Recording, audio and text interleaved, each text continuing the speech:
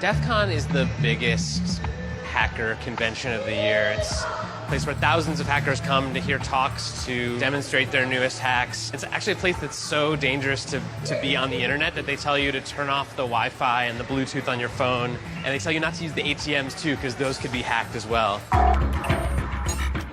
This is the DEF CON ballroom. This is sort of the main room where things are happening, and it's pretty wild. I think this is Car Hacking Village. This car is locked. Can you get me in? I'll unlock it for you. Should be good. Hacking is no longer like this fringe activity, and if you are at DEF CON, there's a good chance that you're here because you want to learn what could happen to you or your company. Anyone here first time in the SCCTF? Holy crap.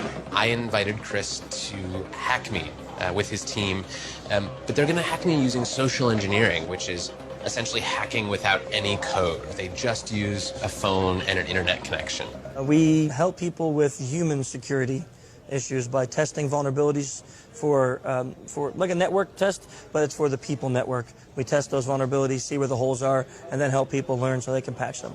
Can we try some of this? Can we try some? Yeah. See if it works? Yeah, we probably could have our star visher here make some phone calls as Let's do it. Sure. Do you want to do a sample phishing call? What's phishing? Phishing is voice solicitation, and basically what you do is you use the phone to extract information or data points that can be used in a later attack.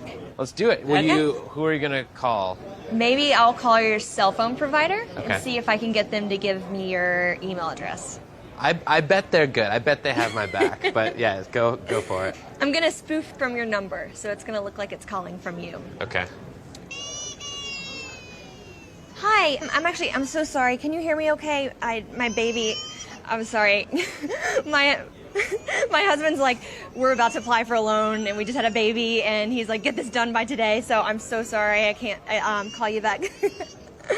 I'm trying to log into our account for uses information and I can't remember what email address we used to log the account. The baby's crying and can you help me? Awesome.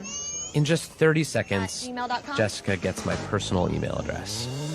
Now, if I needed to add our older daughter on our account so she could call in and make changes, how would I need to go about doing that? You would have to send me a secure PIN through a text message? Yeah, well, the thing is, I don't think I'll be able to receive a text message if I'm on the phone. Shh. Oh, I'm not on there either? So I thought when we got married, he added me to the account. Okay, my Jessica uses my girlfriend's name and a fake social security number 5127. to set up her own personal access to my account. Wait, I'm sorry, so there's no password on my account right now? Can I set that up? She even gets the support person to change my password. Thank you so much for your help today. So she just basically blocked me out of my own account. I'll get her fed after this. All right, thank you. Holy shit. So they just gave you access to my entire cell phone account. You're gonna have to go on and change your password now because it's Jess, my name. And all it took was a crying baby and a phone call. Yes. I really thought that my cell phone company would protect me. I mean, like, this is the most basic stuff, and they're not doing it. And if they're not doing it, you know all these other businesses aren't doing it either.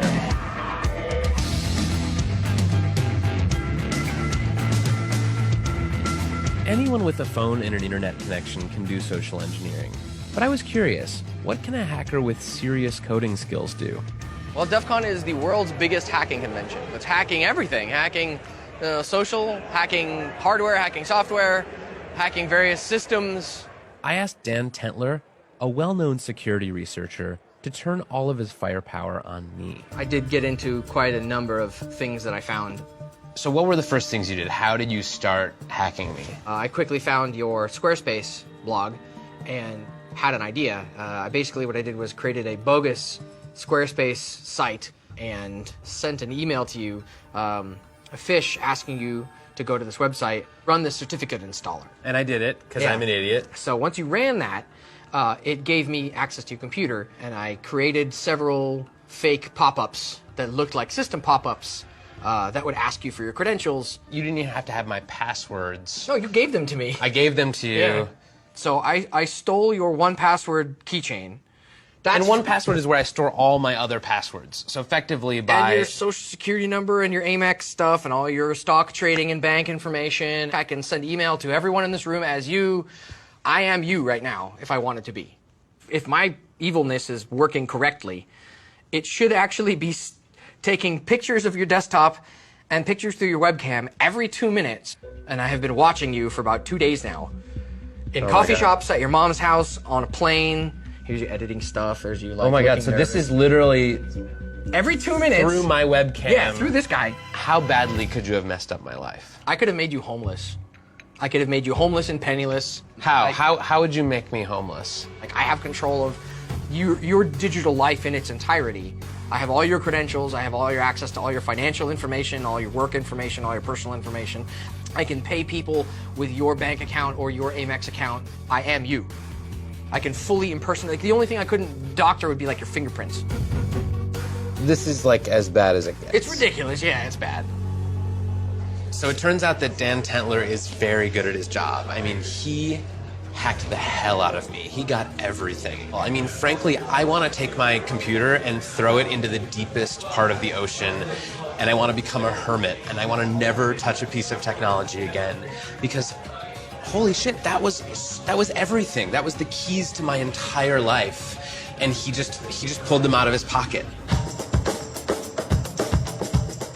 But even if I keep my passwords and my bank accounts safe, I could still be in danger from hacks, because with factories, power plants, and other major infrastructure being controlled by networked computers, the world itself is hackable. I'm going to meet Marina Krotofil. She's studying hacking chemical plants. She's thinking about what happens if hackers decide to go after infrastructure. But this is the kind of hacking that could really ruin like an entire country.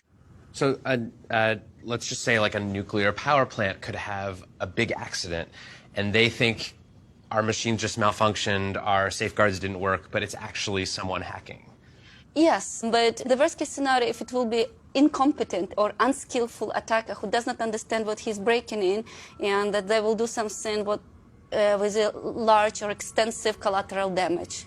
But probably most scariest is hacking the satellites, because now everything navigates with the GPS. So basically, even the huge oil tankers in the sea, they're completely navigated automatically by the signals from the satellites. So by simply disrupting the satellite signals, you can lose the entire tanker, and or the aircraft can collide. There's almost too much for me to worry about here. I'm almost just sort of numbed. People keep telling me, oh, this could get hacked, and that could get hacked, and this other thing could get hacked, and oh, chemical plants could get really hacked. And at some point, like, I've got to get out of bed in the morning. So I have to find a way to make myself feel a little bit better about all of this.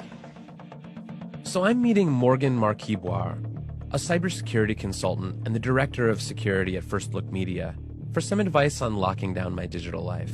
Should I be feeling helpless, or can I help myself here? Do you worry about trained martial artists beating you up in the street?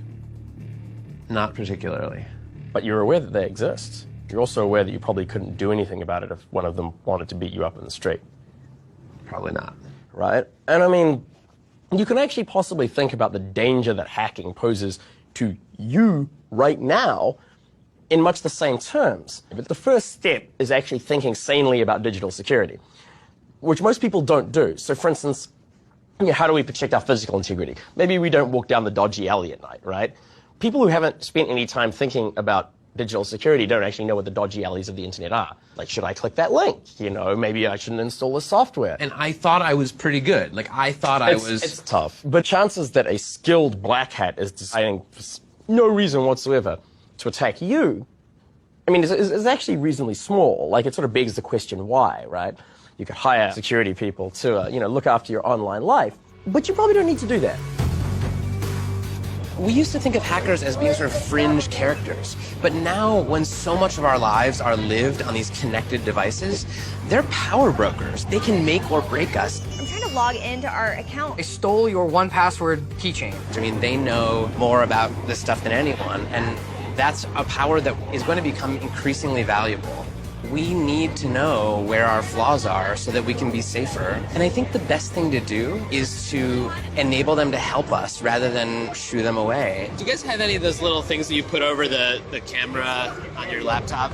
Paradoxically, I feel more secure now than I did last week, because now at least I know what I have to fix.